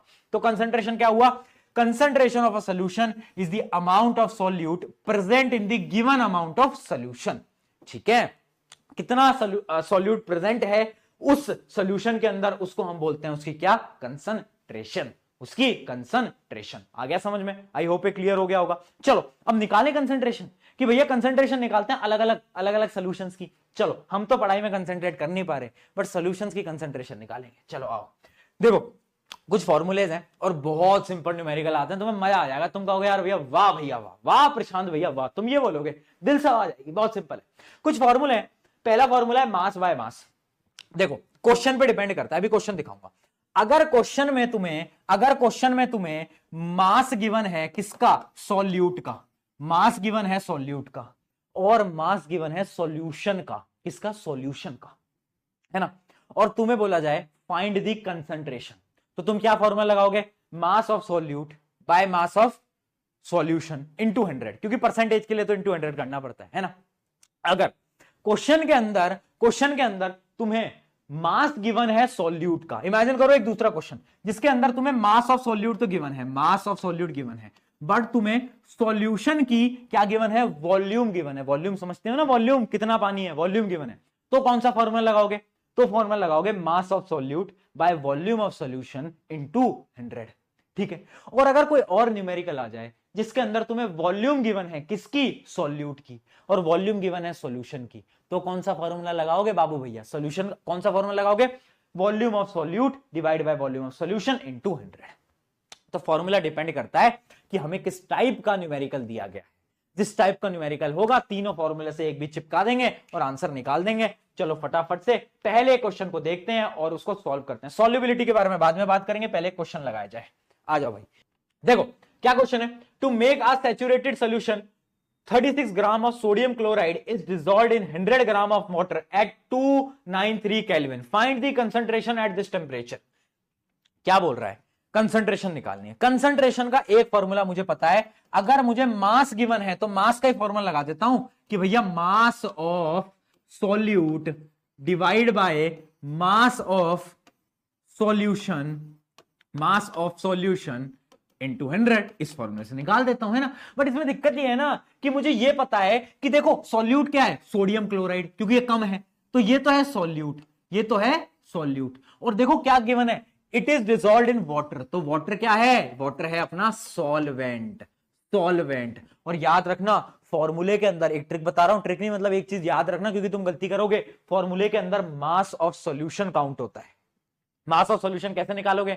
Mass of solute plus mass of solvent. तो यानी इसको और इसको जोड़ देना, इन दोनों को जोड़ोगे तो जिंदगी एकदम जिंगालाला हो जाएगी। तो एक बार जोड़ देते हैं, 100 प्लस 36 इज इक्वल्स टू 136 ग्राम। तो यानी 136 ग्राम आ गया मास ऑफ सॉल्यूशन, और मास ऑफ सॉल्यूट क्या है 36 ग्राम, और बस फॉर्मूला लगा दो, यानी फाइनल आंसर आएगा 36 बाय 136 इंटू 100। अब इसको बस तुम सॉल्व कर लेना और मुझे कमेंट्स में आंसर बता देना। सॉल्व कराने की क्या जरूरत है, अब तो बेसिक मैथ है, बेसिक मैथ है अब तो तुम इसे कर लोगे। ठीक है, तो इस टाइप के क्वेश्चन आते हैं। चलो एक और क्वेश्चन कर लेते हैं, अगर समझ नहीं आ पाया हो तो कोई बात नहीं, अगला क्वेश्चन देखते हैं। बार बार अपने क्वेश्चन पूछे भी जाते हैं, है ना, ये बहुत सारे स्कूल्स के अंदर पूछे जाते हैं, जितने भी सीबीएसई लिंक्ड स्कूल्स है ना, अगर तुम्हारा स्कूल भी सीबीएसई वाला है, सीबीएसई एफिलिएटेड स्कूल्स होते हैं बहुत सारे अपने केवी वगैरह, तो उन सब में पूछा जाता है ना, और ये बार बार पूछा गया, बहुत सारे पेपर्स के अंदर पूछा गया है। देखो, a solution contains 60 gram of sugar in 480 grams of water, calculate the concentration of solution in the terms of mass by mass percentage. कैसे निकालोगे कंसंट्रेशन, मास ऑफ सॉल्यूट जो कि है 60 ग्राम, और देखो ये क्या है, ये है अपना मास ऑफ सॉल्वेंट। तो याद रखना, इन दोनों को जोड़ लेना, अगर नहीं जोड़ा ना तो पता है क्या हो जाएगा, मोए मोए हो जाएगा तुम्हारे साथ, मोए मोए हो जाएगा। तो जोड़ लेना, क्या है 60 ग्राम डिवाइड बाय 480 प्लस 60, तो इंटू 100 भी लगा देना भाई, इंटू 100 कौन लगाएगा यार, इंटू 100 तो लगा दो। तो ये आ जाएगा अपना mass of solute divide by mass of solution, mass of solution. समझ आ गया ना कि क्यों ले रहा हूं मैं, 540 इंटू 100। तो ठीक है यार, अब बस अब क्या है, हम इसको कैलकुलेट कर लेंगे। अब तो इसमें कोई दिक्कत ही नहीं होनी चाहिए किसी को, कोई दिक्कत तो नहीं है ना अब किसी को। ठीक है, तो ये कितना आ जाएगा, ये 0 से 0 कट जाएगा, 1/9 आ जाएगा, तो आ जाएगा 100/9। तो ये आ रहा होगा 100/9 परसेंटेज, 100/9 परसेंटेज। अब इसको कैलकुलेट कर लेना एग्जैक्ट। ठीक है, डन है, यही आ रहा है ना सबका, बहुत बढ़िया। तो इस टाइप से हम क्वेश्चंस को देख रहे हो, कितने कम टाइम के अंदर कितने आसान आसान क्वेश्चन आते हैं। केमिस्ट्री में भी न्यूमेरिकल है, बट बहुत सिंपल न्यूमेरिकल है, फिजिक्स की तरह नहीं है। फिजिक्स मैंने आपको पढ़ा रखा है, तो आप देख लेना, है ना। बाकी अगला चैप्टर आपको कौन सा चाहिए वो भी आप मुझे कमेंट में जरूर बताना। ठीक है, चलो अब हम बढ़ते हैं आगे, और अब हम एक और क्वेश्चन देखते हैं, और ये क्वेश्चन बहुत अच्छा क्वेश्चन है एनसीईआरटी का। तो इस क्वेश्चन को भी एक बार देखते हैं, आपको और समझ में आएगा और डिटेल में आप जा पाओगे। देखो, प्रज्ञा टेस्टेड सॉल्युबिलिटी, एक तो एनसीईआरटी बुक वालों में यार हमेशा नाम लड़कियों का भी लिखते हैं भाई, जस्टिस फॉर बॉयज, लड़कों का नाम नहीं लिखते यार भाई, गद्दारी करते हैं हमारे साथ। Pragya tested solubility of 3 different substances at different temperature and collected the data as given below. बहुत बढ़िया, तो उसने कुछ अलग अलग टेम्परेचर पे अलग अलग सॉल्युबिलिटी को काउंट करा। बट भैया सॉल्युबिलिटी तो आपने पढ़ा ही नहीं, क्वेश्चन पहले आ गया, तो पहले यार सॉल्युबिलिटी समझ लेते हैं यार, है ना, वरना दिक्कत हो जाएगी। तुम कहोगे भैया यार सॉल्युबिलिटी तो बता दो। देखो सॉल्युबिलिटी क्या होती है, कंसंट्रेशन समझ गए ना, कि कितना सॉल्यूट प्रेजेंट है सॉल्वेंट में, वो है मेरा कंसंट्रेशन। सॉल्युबिलिटी क्या है, सॉल्युबिलिटी है जैसे कि सॉल्युबिलिटी ताकत है। मान लो तुम मुझसे पंजा लड़ाओ, तो मेरी ताकत, मैं शायद एक बच्चे को हरा दूं। अब कोई आ जाए भाई 100 किलो का पहलवान, वो मुझसे पंजा लड़ाए, मुझे हरा देगा वो, है ना। तो मतलब मेरी ताकत एक को पंजे से हराने की, है ना, तो वो क्या है, वो मेरी ताकत है, वो मेरी एबिलिटी है। सिमिलरली हर सॉल्यूशन की एक सॉल्युबिलिटी होती है। मतलब क्या है ये, इट इज द एबिलिटी, कितने सॉल्यूट को अपने अंदर आप डिसॉल्व कर सकते हो। एक सॉल्यूशन के अंदर कितना सॉल्यूट डिसॉल्व हो सकता है, उसको बोलते हैं उस सॉल्यूशन की सॉल्युबिलिटी, कि भाई इससे ज्यादा तो नहीं हो पाएगा। बस यही था लास्ट स्टेज, है ना। बहुत सारा नमक डाला जाए, एक टाइम के बाद उस पानी के अंदर नमक नहीं मिलाया जा सकता। तो वो जो टाइम होता है जिसके बाद पानी में नमक नहीं मिलाया जा सकता, वो थी उसकी सॉल्युबिलिटी। तो डेफिनेशन देख लेते हैं।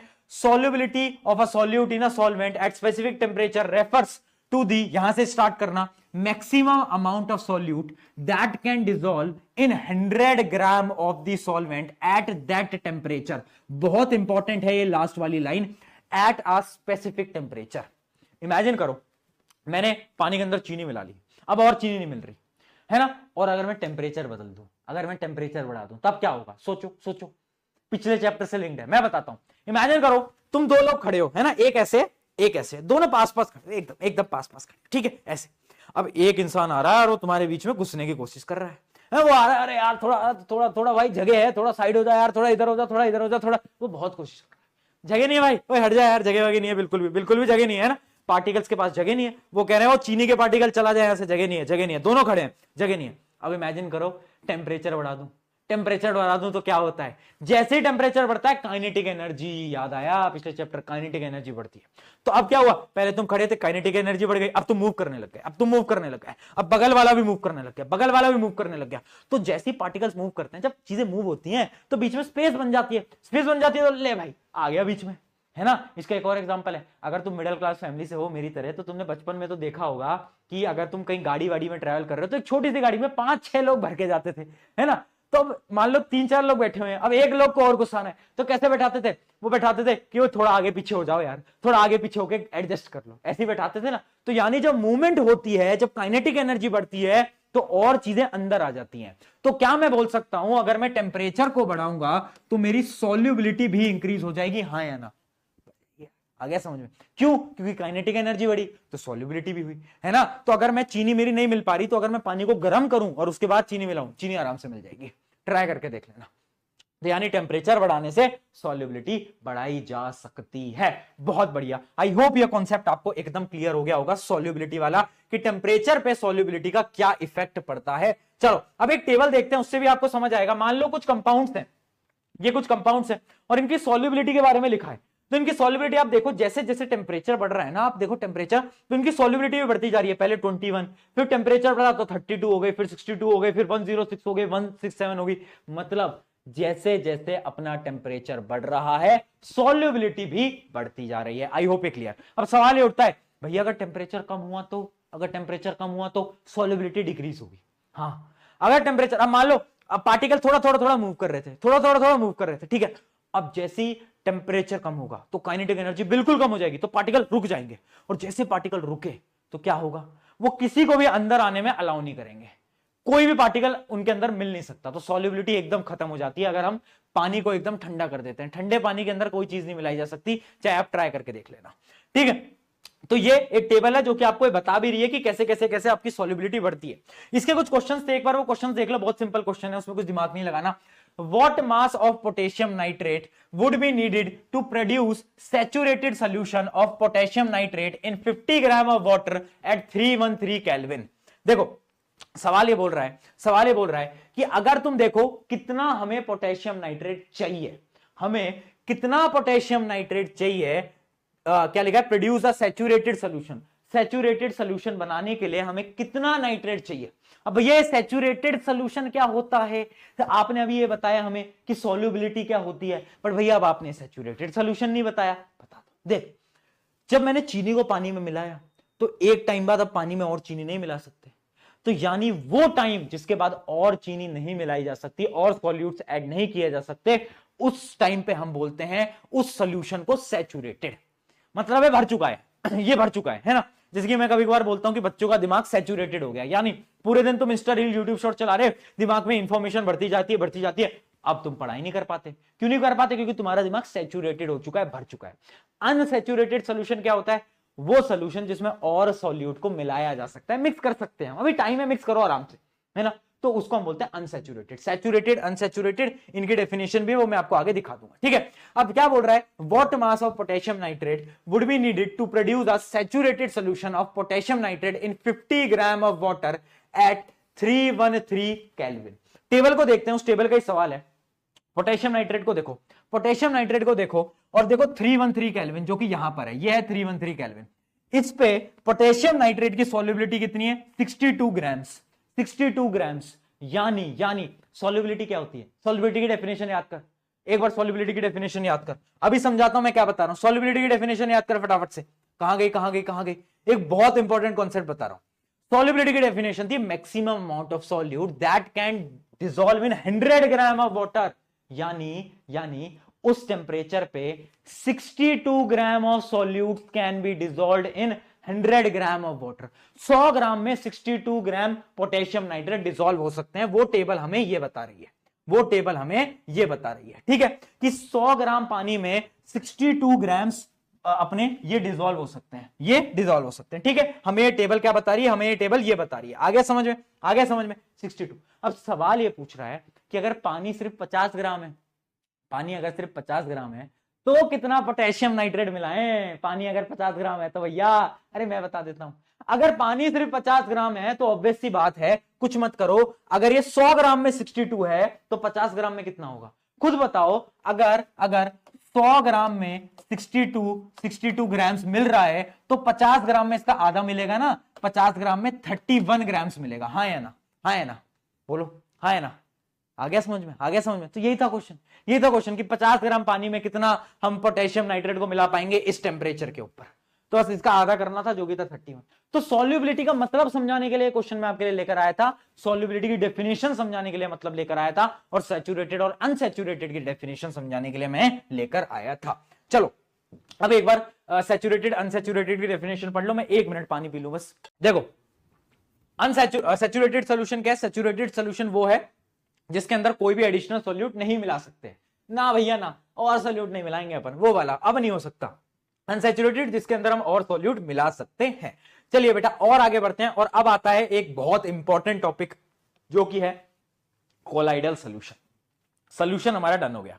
सॉल्यूशन में हमने देखा कि एक होता है सॉल्यूट, एक होता है सॉल्वेंट, है ना। अब हम बात कर रहे हैं कोलाइडल सॉल्यूशन की। बड़ा जरूरी आ गया है, थोड़ा सा फोकस में आ जा बेटा तू। अब ये बहुत इंपॉर्टेंट टॉपिक है। देखो कोलाइडल सॉल्यूशन क्या होता है? ये एक टाइप का हेट्रोजीनस मिक्सचर है।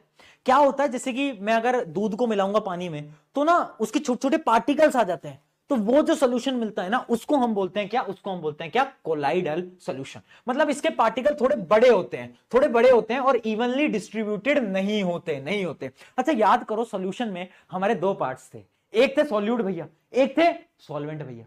यहां पर नाम बदल गए, काम वही, नाम बदल गए। जैसे राम श्याम, श्याम राम, नाम बदल गए। कैसे नाम बदले? यहां पर नाम बदल गए डिस्पर्स्ड फेस और डिस्पर्स्ड मीडियम। मीडियम से तुम्हें समझ आ रहा होगा, डिस्पर्स्ड मीडियम होता है, अगर मैं पुरानी भाषा में बोलूं तो ये है सॉल्वेंट, और भैया ये है मेरा प्यारा नन्ना दुलारा सॉल्यूट। यानी डिस्पर्स्ड मीडियम वो है जिसके अंदर डिस्पर्स्ड फेस आएगा और मिल जाएगा, यानी ये है सॉल्यूट, ये है सॉल्वेंट। तो याद रखेंगे कि क्या, कि कोलाइडल सॉल्यूशन के 2 पार्ट्स, क्या? डिस्पर्स्ड फेस जो कि एक प्रकार का सॉल्यूट है, और डिस्पर्स्ड मीडियम जो कि एक प्रकार का सॉल्वेंट है। क्लियर है? क्लियर है? आ गया यहां तक? ये चीज एकदम क्लियर है ना, कि कौन सॉल्यूट कौन सॉल्वेंट। चलिए अब एक टेबल है, और इस टेबल पे सवाल एक आता ही आता है, और आप ये मान के चलो ये टेबल तुम्हें याद करनी पड़ेगी, क्योंकि, और ये याद कैसे होगी? जब तुम बार बार पढ़ोगे। आसानी से याद नहीं होगी बेटा, लंबी टेबल है, पर याद करनी पड़ेगी यार। है उतनी मेहनत, तुम उनके नंबर याद कर लिए तो ये भी कर लो यार। आ जाओ देखो अब हम देखते हैं इस टेबल के अंदर क्या है। हमें डिस्पर्स्ड फेस दिया गया है और डिस्पर्स्ड मीडियम दिया गया है। डिस्पर्स्ड फेस क्या होता था बेटा? सॉल्यूट। तो ये है हमारे सॉल्यूट और ये है हमारे सॉल्वेंट। तो देखना बेटा, अब देखो, अगर मैं सॉल्वेंट की जगह पर गैस को लूं, मैं क्या कर रहा हूं? सॉल्वेंट की जगह पर क्या ले रहा हूं? गैस को ले रहा हूं, और गैस के अंदर क्या मिला रहा हूं? लिक्विड मिला रहा हूं। गैस ली, बहुत सारी गैस, उसके अंदर मैंने थोड़ा पानी मिला दिया, तो क्या बन जाता है? एग्जाम्पल क्या है इसका? बादल। बादल क्या है? बहुत सारी गैस, थोड़ा पानी। तो इसका सबसे बड़ा एग्जांपल क्या है? Fog, cloud. और ये जो टाइप का मिक्सचर है, इसका एक नाम है, इसका नाम है एरोसोल। एरोसोल, एरो मतलब एयर के अंदर जो सोल्यूशन बन जाए, एरोसोल, ऐसे याद कर सकते हो, एयर का सोल्यूशन। ठीक है, अगला देखते हैं। अब सॉल्यूट है मेरा सॉलिड, और गैस है मेरा सॉल्वेंट। अब मैं गैस को लूंगा, बहुत सारी गैस, और उसके अंदर थोड़े सॉलिड पार्टिकल डाल दूंगा। इसका क्या एग्जांपल है? जो धुआं आती है ना, स्मोक जो आती है, फैक्ट्री से धुआं आती है, वो गैस के अंदर क्या होता है? उसके अंदर बहुत छोटे छोटे पार्टिकल्स होते हैं, कार्बन वगैरह के। तो वो क्या है? वो इसका एग्जांपल है। तो इसका भी नाम होता तो एरोसोल ही है, बट इसका एग्जांपल है स्मोक, ऑटोमोबाइल एग्जॉस्ट वगैरह वगैरह। एग्जांपल भी याद रखने हैं, और क्या, ये नाम भी याद रखने हैं। क्यों? सवाल पता है कैसा आता है? सवाल आएगा, अगर हम एक कोलाइडल सोल्यूशन बनाएं जिसमें कि हम एक सॉलिड को किसमें डालें? Solid as a dispersed phase, और हमारा डिस्पर्स्ड मीडियम एक गैस ले लें, तो वो क्या बनाएगा? और एक एग्जांपल दो, डायरेक्टली आएगा। या फिर क्वेश्चन घूम के भी आएगा, आपको बोल देंगे क्लाउड, बताओ कि क्लाउड जो है उसका डिस्पर्स्ड फेस क्या है और उसका डिस्पर्स्ड मीडियम क्या है। तो तुम्हें पता होना चाहिए क्लाउड क्या है। क्लाउड में गैस है बहुत सारी, और थोड़े लिक्विड ड्रॉपलेट्स हैं। तो यानी डिस्पर्स्ड फेस है लिक्विड, और डिस्पर्स्ड मीडियम है गैस। चलो नीचे चलते हैं। अब आ जाता है कि अब मैं लिक्विड ले रहा हूं, सॉल्वेंट, बहुत सारे लिक्विड के अंदर थोड़ी सी गैस मिला रहा हूं। एग्जांपल याद करो, अगर मैं बहुत सारी लिक्विड लूं और थोड़ी सी गैस मिलाऊं, आपके पापा वो शेविंग क्रीम लगाते होंगे, तो वो जो शेविंग क्रीम होती है ना, वो ऐसी होती है, लिक्विड के अंदर बहुत सारी गैस होती है जो हमारी शेविंग क्रीम का काम करती है। ठीक है, इसको हम बोलते हैं फोम। क्या बोलते हैं बेटा? फोम। अब देखो, अगर मैं लिक्विड के अंदर लिक्विड मिलाऊं, दूध के अंदर पानी मिलाऊं, है ना, तो क्या बनेगा? तो बनता है हमारा क्या, तब बनता है हमारा, याद रखना, इमल्शन। क्या बोलते हैं इसको, इमल्शन। मिल्क इन वाटर, कोई भी एग्जांपल ले सकते हो, नाम क्या है, इमल्शन। आगे बढ़ते हैं बेटा फटाफट से। आगे बढ़ेंगे तो हम देखेंगे अब सॉलिड। अब हमने क्या करा, सॉलिड को लिक्विड में डाला, मतलब बहुत सारा लिक्विड था, पानी था बहुत सारा, है ना, और उसके अंदर थोड़ा थोड़ा थोड़ा थोड़ा लिक्विड, थोड़ा थोड़ा थोड़ा सॉलिड डाला, तो क्या बनता है, बताओ क्या बनता है, जल्दी बताओ, एक दो एग्जांपल सोचो। बहुत सारा पानी, बहुत सारा पानी, थोड़ा सा सॉलिड। अरे भैया कीचड़ होती है ना, मड मड मड ऐसी तो होती है। बहुत सारा भैया क्या होता है, बहुत सारा हमारा लिक्विड होता है और उसमें थोड़े थोड़े थोड़े थोड़े मिट्टी के टुकड़े होते हैं, तो वही तो होता है मड। तो इसको हम बोलते हैं, इसको हमारा नाम है सॉल। क्या है, सॉल, SOL। अब अगर मैं लूं बहुत सारा सॉलिड और उसमें थोड़ी सी गैस लगा दूं, थोड़ी सी गैस डाल दूं, तब क्या बनता है, तब बनता है मेरा फोम। यहां पर भी मेरा फोम बनता है। और इसका पता है सबसे अच्छा एग्जांपल क्या है, मैं आपको एग्जांपल देता हूं। वो आपने देखा है स्पॉन्ज, स्पॉन्ज देखा है, यहां पर एक स्पॉन्ज अगर हो तो मैं आपको दिखाऊं भी, आई होप नहीं यहां पर है नहीं, वरना मैं आपको भी दिखाता कि स्पॉन्ज क्या होता है, कि जो मतलब आप उसको दबाते हो स्पॉन्ज को, है ना, तो होता सॉलिड है, बट उसके अंदर थोड़ी थोड़ी गैस होती है उनके पोर्स के अंदर, है ना। तो जब हम बहुत सारे सॉलिड के अंदर थोड़ी सी गैस डालते हैं तो क्या होता है, एग्जाम्पल है इसका स्पॉन्ज। अगला देखते हैं, अगर मैं बहुत सारे सॉलिड के अंदर क्या डालूं, बहुत सारे सॉलिड के अंदर थोड़ा सा लिक्विड डालूं, बहुत सारे सॉलिड के अंदर थोड़ा सा लिक्विड डालूं, जैसे कि हमारा बटर, चीज, है ना। बटर क्या होता है, बहुत सारे लिक्विड, क्या बहुत सारे सॉलिड के अंदर थोड़ा बहुत लिक्विड होता है, बटर, चीज वगैरह उसका एग्जांपल है। इसको हम बोलते हैं जेल। क्या बोलते हैं, जेल। आगे बढ़ता है, सॉलिड और सॉलिड। अरे सॉलिड और सॉलिड तो कुछ नहीं होता, वो तो हमारा सॉलिड सोल कहलाता है। कुछ भी बोल लो, एक सॉलिड दूसरे सॉलिड में मिला लोगे, जैसे पत्थर अलग अलग होते हैं, है ना, दो पत्थर मिल जाते हैं सॉलिड सॉलिड, दो मेटल मिल जाते हैं साथ में, तो बहुत सारे होते हैं, वो तो अलग अलग चीजें, है ना। तो इसमें हम एग्जांपल है जेमस्टोन, बहुत सारे जेमस्टोन्स होते हैं, पत्थर होते हैं अलग अलग टाइप के, ठीक है। तो ये सारी की सारी टेबल इंपॉर्टेंट थी, मुझे पता है ये याद करने मुश्किल है, बट कभी भी क्वेश्चन आए, जैसे इमेजिन करो, अब तुम खुद मुझे बताना, अब क्वेश्चन आ गया रबड़, रबड़ नहीं, मान लो स्पॉन्ज आ गया, स्पॉन्ज का डिस्पर्स्ड फेस क्या है, डिस्पर्स्ड मीडियम क्या है, तुम कैसे सोचोगे। स्पॉन्ज में सबसे ज्यादा क्या है, स्पॉन्ज में है बहुत सारा सॉलिड, सॉलिड के बीच में गैसेस भरी हुई हैं, यानी डिस्पर्स्ड फेस है गैस, डिस्पर्स्ड मीडियम है सॉलिड। एक और एग्जांपल लेते हैं, एग्जांपल ले लेते हैं मिट्टी का। अब आगे मड, मड कीचड़, कीचड़ में तुम देखोगे कि यार कीचड़ में लिक्विड है बहुत सारा और छोटे छोटे छोटे छोटे सॉलिड है, यानी डिस्पर्स्ड मीडियम है लिक्विड और डिस्पर्स्ड फेस है सॉलिड।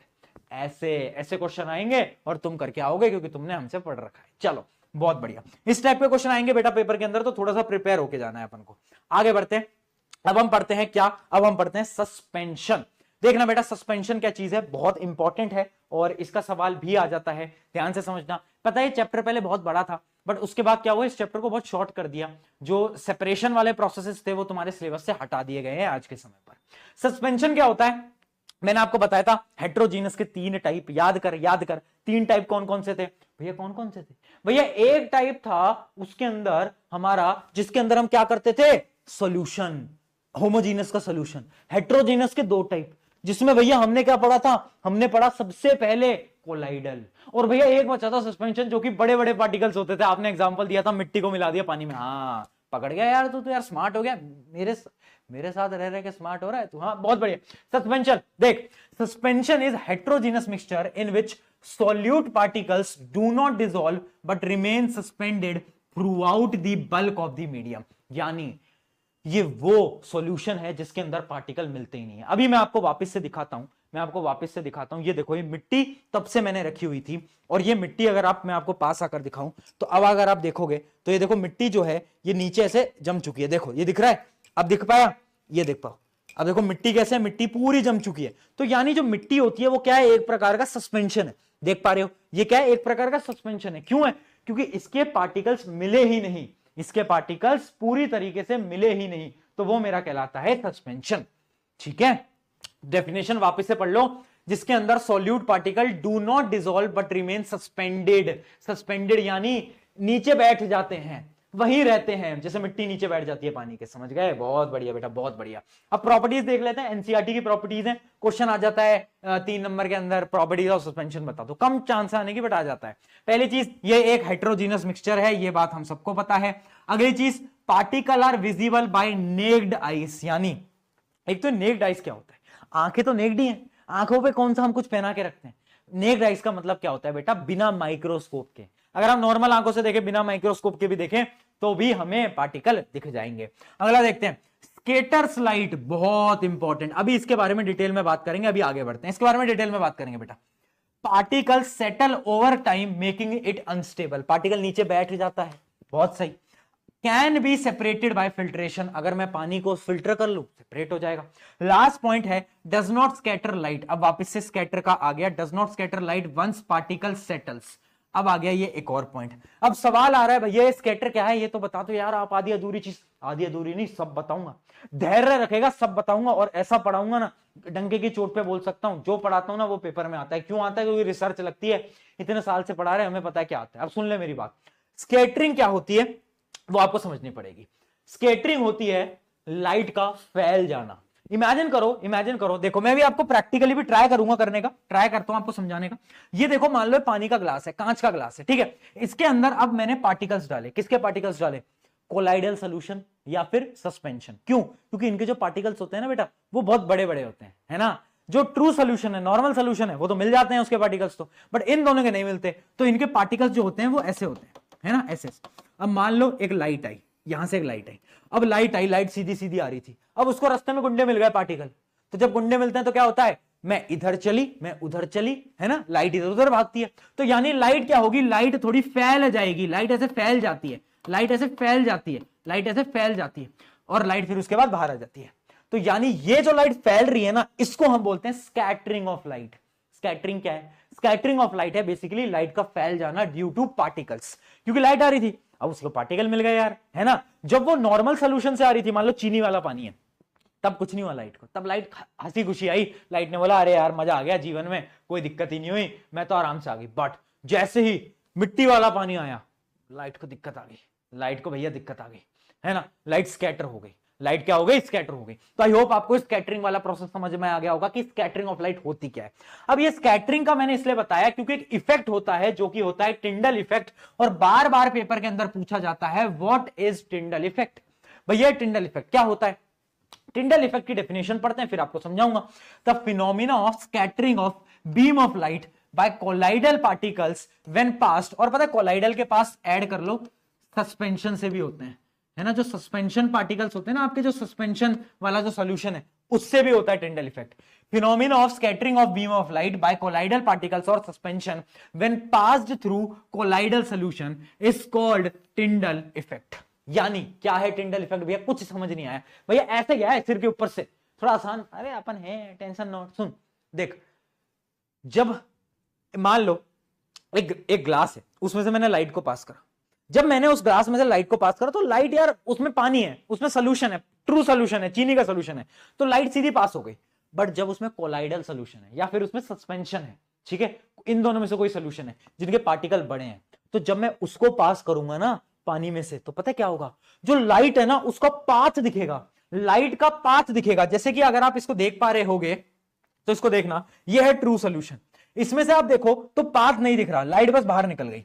इसमें से देखो हल्का हल्का हल्का हल्का हल्का हल्का हल्का क्या दिख रहा है? पाथ दिख रहा है। और सस्पेंशन में से तो और ज्यादा दिख रहा है, सस्पेंशन में से तो और ज्यादा क्लियर पाथ दिख रहा है। तो यानी टिंडल इफेक्ट कुछ नहीं है, टिंडल इफेक्ट यही है कि जब एक लाइट ट्रेवल करती है, लाइट स्कैटर होती है, और लाइट स्कैटर होती है तो वो अपने पाथ, उसका पाथ दिख जाता है, उसका रास्ता दिख जाता है, हमें पता चल जाता है अच्छा लाइट यहां से जा रही है, बस उसी को बोलते हैं टिंडल इफेक्ट, है ना। तो वापस से एक बार डेफिनेशन पढ़ो और समझ में आ जाएगा। The phenomena of scattering of beam of light by colloidal particle when pass through out colloidal solution, यानी स्कैटर हो गई, लाइट स्कैटर हो गई जब वो पास कर रही थी और उसका पाथ हमें दिख गया, जिस रास्ते से जा रही थी हमें वो पता चल गया, तो उसको हमने नाम दिया क्या? उसको हमने नाम दिया बेटा कोलाइडल सॉल्यूशन।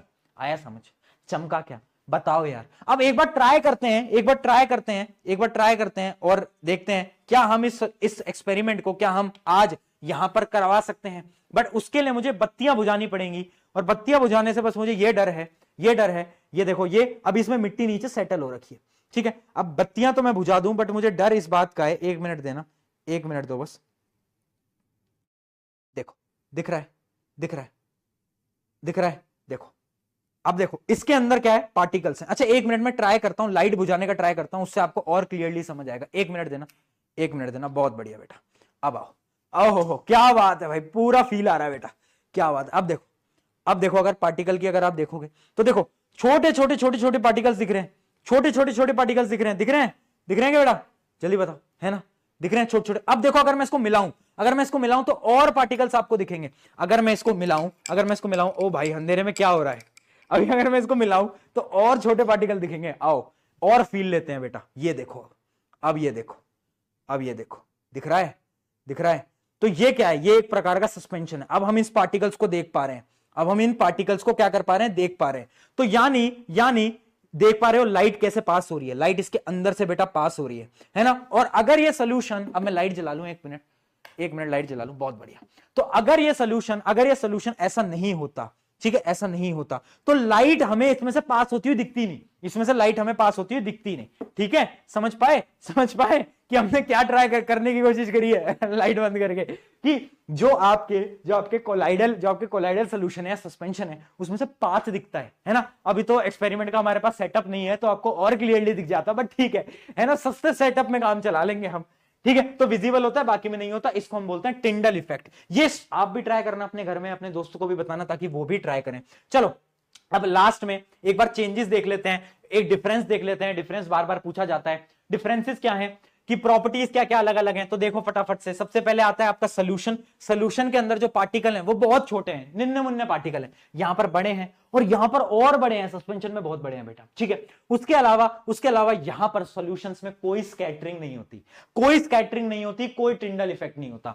यहां पर स्कैटरिंग होती है, टिंडल इफेक्ट होता है, यहां पर स्कैटरिंग होती है, टिंडल इफेक्ट होता है। ये होमोजीनस है, ये हेट्रोजीनस है, ये हेट्रोजीनस है। ठीक है, और ये इसके अंदर पार्टिकल अलग अलग नहीं दिखते, चीनी को पानी में घोलोगे तो नहीं मिलेगी। इसमें जो पार्टिकल्स हैं वो अलग अलग दिखते हैं बट इन्हें सेपरेट नहीं किया जा सकता। दूध को पानी में मिलाया तो सेपरेट नहीं कर सकते, बट सस्पेंशन को इजीली सेपरेट किया जा सकता है। मिट्टी पानी अलग से सेपरेट कर लो। तो ये टेबल भी इंपॉर्टेंट है बेटा। ठीक है, आई होप यहां तक आपको सारी इंफॉर्मेशन क्लियर होगी, सब कुछ समझ आ गया होगा। अब हम पढ़ने जा रहे हैं एक लास्ट टॉपिक, उसके बाद हम टॉप 5 क्वेश्चंस भी देखेंगे, जो कि है फिजिकल चेंज और केमिकल चेंज। क्या लगता है भाई, क्या होता है फिजिकल चेंज, क्या होता है केमिकल चेंज? बताओ भाई क्या होता है, मैं बता देता हूं। देखो फिजिकल चेंज कुछ नहीं है, एक ऐसा चेंज जिसमें कोई केमिकल रिएक्शन नहीं हो रही। यानी पानी था, फ्रीजर में रखा, बर्फ बन गया, शेप बदल गई, साइज बदल गया, स्टेट बदल गया, पहले लिक्विड था अब सॉलिड बन गया। उस पूरे प्रोसेस को हम बोलते हैं फिजिकल चेंज, क्योंकि पानी तो पानी है ना। अरे भाई एक बात बता यार, मेरा H2O है, उसको मैंने जमा दिया तो भी तो H2O ही है ना। अगर वो H2O की जगह H5O बन जाता तब कुछ बात थी, तब मैं मान लेता कि भाई क्या है, केमिकल चेंज है। बट फिजिकल चेंज वो चेंजेस जिसके अंदर केमिकल प्रॉपर्टीज नहीं बदल रही, सिर्फ और सिर्फ फिजिकल प्रॉपर्टीज बदल रही हैं, जैसे कि स्टेट और उसके अलावा शेप साइज वगैरह बदल रहा है, उसको हम बोलते हैं क्या, फिजिकल चेंज। केमिकल चेंज क्या है, जहां पर भैया प्रॉपर्टी बदल जा रही है, केमिकल प्रॉपर्टी। जैसे कि मान ले तू बोले पेपर को जला दे, पेपर को जला दो, अब पेपर जल गया है ना। तो पहले पेपर अलग था, अब पेपर जल चुका है, अब उसकी पूरी प्रॉपर्टी बदल चुकी है। वो क्या है, वो एक टाइप का केमिकल चेंज है। ठीक है, अब भाई तुमने पानी को जमाया था, तो पानी को वापस से जमाए हुए बर्फ को पानी में कन्वर्ट कर सकते हो ना, मतलब इसको रिवर्स कर सकते हो। बट तुमने पेपर को जलाया, तुमने जला दिया और उसके बाद अब वो राख में बदल चुका है, ऐश में बदल चुका है। अब क्या तुम उस ऐश से पेपर वापस बना सकते हो? नहीं बना सकते।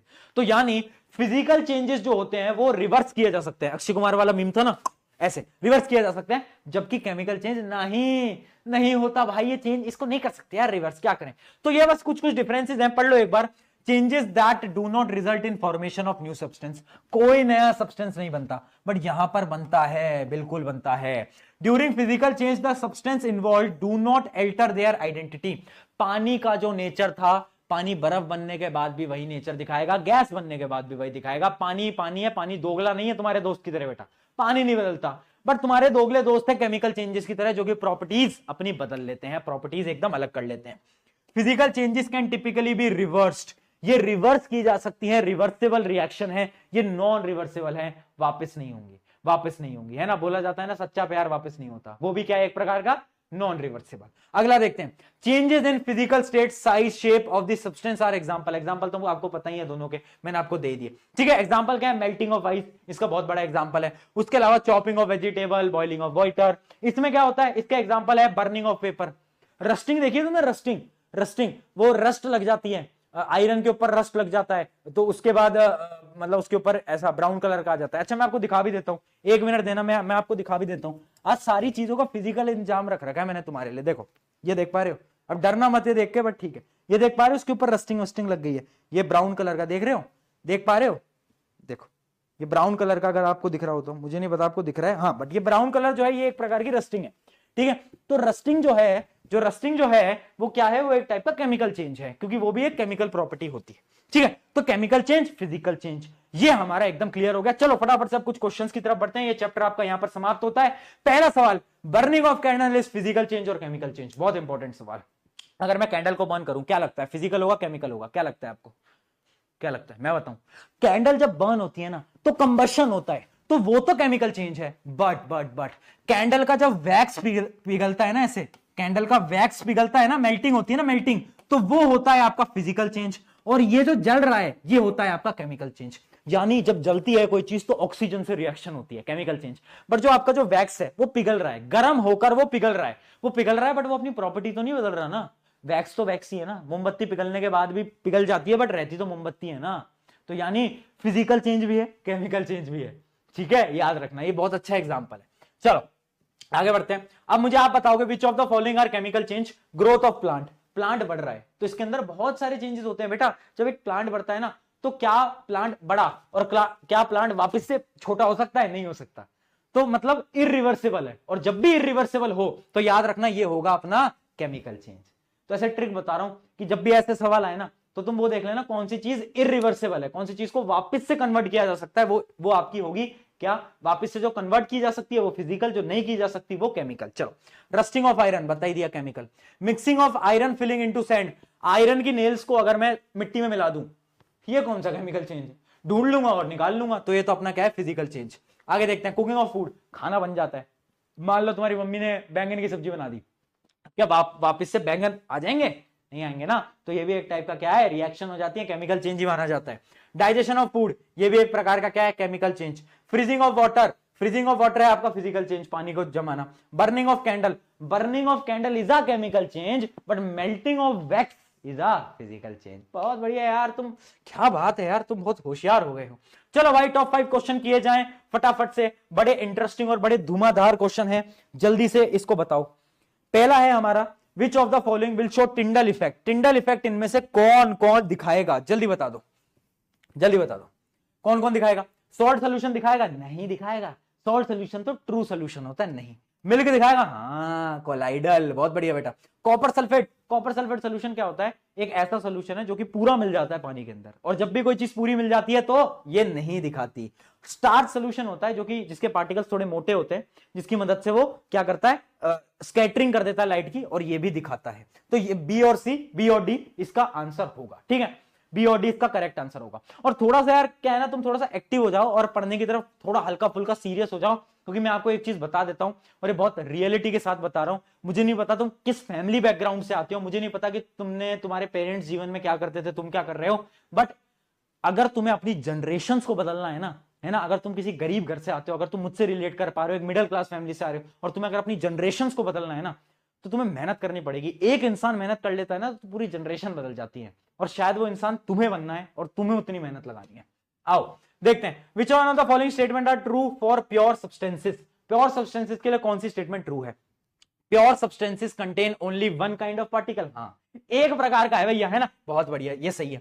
प्योर सब्सटेंसेस में बी कंपाउंड और मिक्सचर, नहीं भाई मिक्सचर तो इम्प्योर होता है, कैसी बात कर रहा है यार।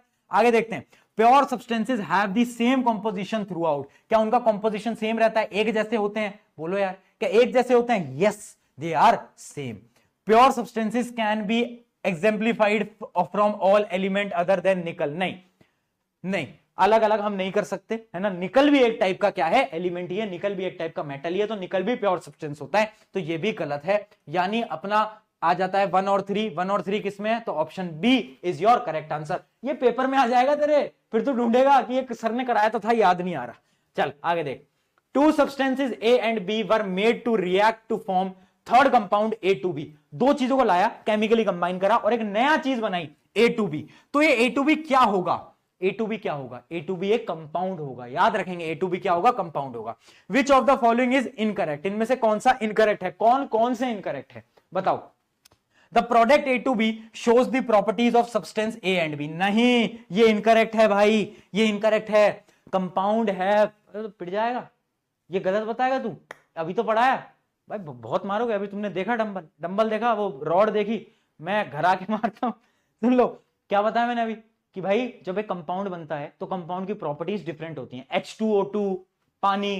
तो ये तो गलत स्टेटमेंट हो गई। आगे देखते हैं, the product will always have fixed composition. बात सही है, कंपाउंड जब बनता है फिक्स्ड कंपोजिशन होता है, तो ये तो करेक्ट है, ये करेक्ट है भाई, ये करेक्ट है। The product can not be classified as compound. अरे भाई यार कैसे क्लासिफाइड नहीं कर सकते, कंपाउंड ही तो है, तो ये भी क्या है, इनकरेक्ट है, और हमें आंसर में इनकरेक्ट ही ढूंढना है। The product formed is an element. अरे नहीं भाई, ये भी इनकरेक्ट है, तो ये भी सही है, यानी ए सी डी तीन ऑप्शन इसके इनकरेक्ट हैं।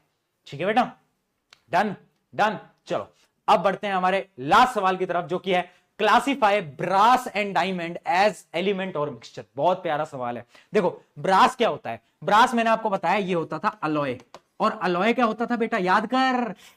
भैया याद नहीं आ रहा, याद नहीं आ रहा, याद नहीं आ रहा।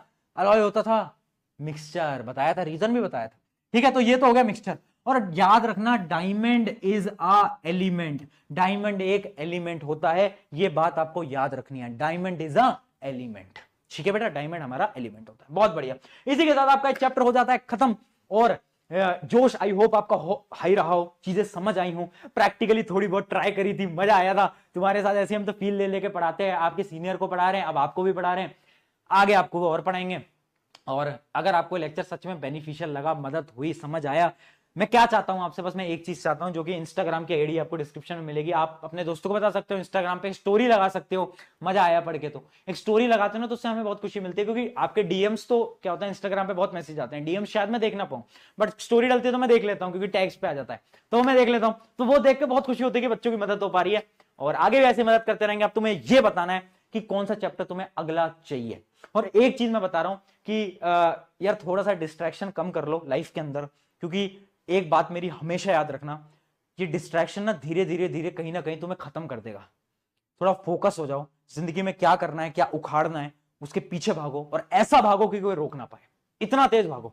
ठीक है, और तुम कर लोगे, खुद पे विश्वास रखो, है ना। मुझे विश्वास है यार, तू कर लेगा भाई, बहन तुम कर लोगे, मुझे पता है तुम में है जुनून यार, कर जाओगे तुम, है ना। मैं तुम्हारा भैया हूं, है ना, आज मैं यहां पर खड़ा हूं अपनी मेहनत पे, तुम भी शायद कल मेरे से भी ऊपर पे हो। मैं तो ये चाहता हूं यार, मैं तो ये चाहता हूं तुम सब मुझसे ऊपर जाओ और कुछ अच्छा करो इस देश के लिए। On this note, take care everyone, और आज के सेशन को एंड करते हैं, आज के लेक्चर को एंड करते हैं। अब अगला लेक्चर कौन से टॉपिक पे चाहिए, किस चैप्टर पे चाहिए, कमेंट में जरूर बताना। Take care, bye.